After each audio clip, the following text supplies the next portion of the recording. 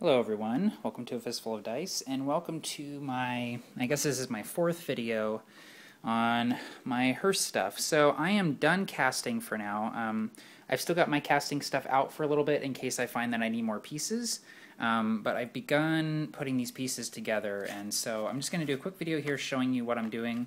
I really can't show you a tutorial on how to put these things together because I'm filming with one hand and these things require two hands, but I'll just kind of show you what I've got going on. So I've got a bunch of floor pieces under these books. I put them under the books and let them dry with paper on top so they don't get any glue on top of the books. But basically, if you don't do that, they tend to warp a little bit while they're drying. So what I've got over here is I was just kind of messing with my setup, my wall pieces and stuff like that, just kind of seeing how they looked.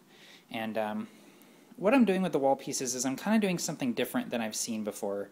And I'm kind of trying to do almost like a peel away type look, like the bricks are being lifted away for the players to look inside the dungeon.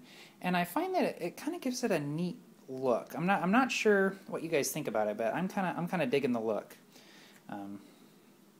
of the walls rather than making really high even walls. And I do have some even pieces to add some variation, but and then other things I'm doing are I built some pillars with the basic blocks, and I made a ruined pillar. I'm going to add sand and gravel to this to make it look like it's kind of crumbling. And then the floor pieces themselves, this is what they look like. And I still need to clean up the foam a little bit, but I'll do that later. I did mention that I was going to mount these on chipboard, but the chipboard was not working for me. The chipboard was bending really easily. Basically, they were bending at all these seams from the weight of the plaster on them and warping really bad. So went and got some foam, and I've started mounting the tiles at least on foam, and that seems to work a lot better. However, I am still using the chipboard because I'm actually basing all of the walls and little fiddly bits.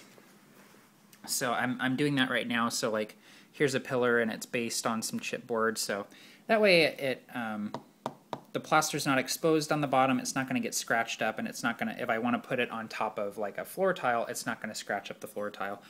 And I'm doing the same with these rubble piles here that I made.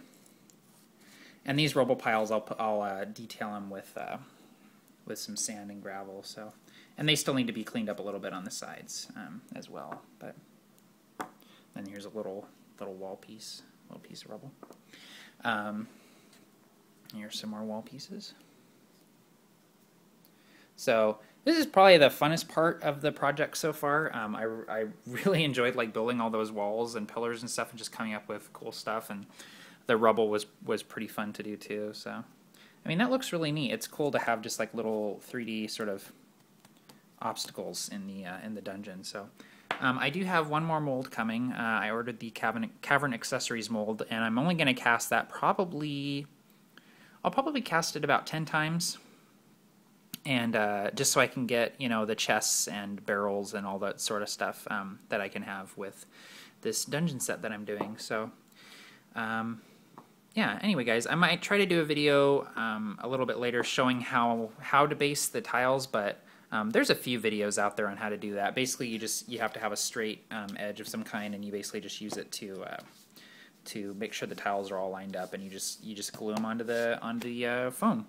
I have found that with the tacky glue, less is more. If you have too much on there, they tend to slide around and warp really bad. But if you just put one little glob on each corner of each tile before you put it on the foam, that tends to work pretty well. So. Anyway, guys, so I'm going to continue with the project now and look for more videos of my Hirst stuff. Take it easy, y'all. Happy gaming.